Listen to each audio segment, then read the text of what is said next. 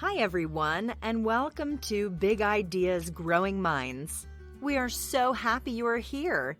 Please consider subscribing to the channel. Your support means the world to us. Today's big idea comes from Gretchen Rubin and her inspiring book, The Four Tendencies. The book is, in its essence, a groundbreaking analysis of personality. During her research, Gretchen discovered 4 tendencies that most people fit into: upholders, questioners, obligers, and rebels. She also found that every aspect of our behavior is dependent on which tendency we lean towards. The 4 tendencies explain why we act and why we don't act, and as a result, knowledge of the 4 Tendencies Framework can guide us to make better decisions, meet deadlines, and suffer less stress. The 4 Tendencies. A key term throughout the book is expectations. According to her, we all face 2 types of expectancies. Outer expectation, which is the expectations people have of us, like for example, meeting deadlines at work. And inner expectations, which are the expectations we have of ourselves, like having a New Year's resolution. Our response to outer and inner expectation is the determining factor of which of the 4 tendencies we fall under. Upholders respond well to both inner and outer expectations. Questioners challenge and contest all expectations. Obligers respond to outer expectancies but struggle to meet inner expectations.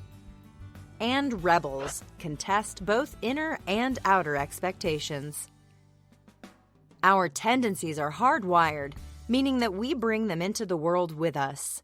They are not a result of birth order, parenting style, religious upbringing, or gender, and unless we are involved in a near-death experience, suffer a great illness, or experience serious addiction, they don't change as we age.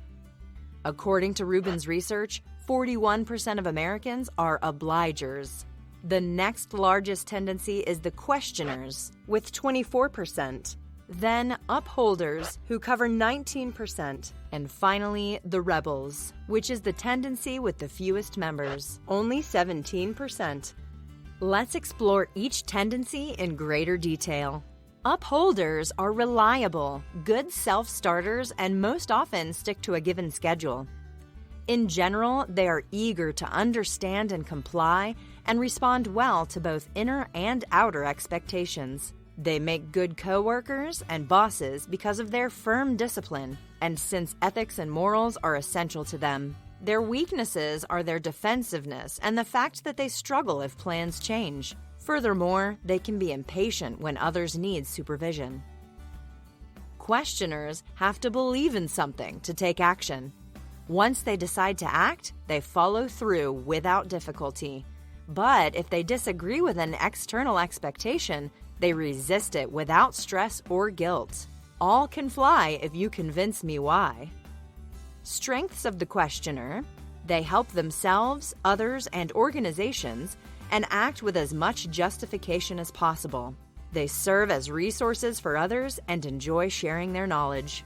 Possible weaknesses of questioners: their refusal to meet expectations without reason can sometimes lead them into trouble, particularly in school where students are expected to do things simply because the teachers ask them.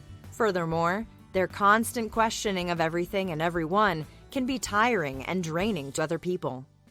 Obligers are reliable and helpful.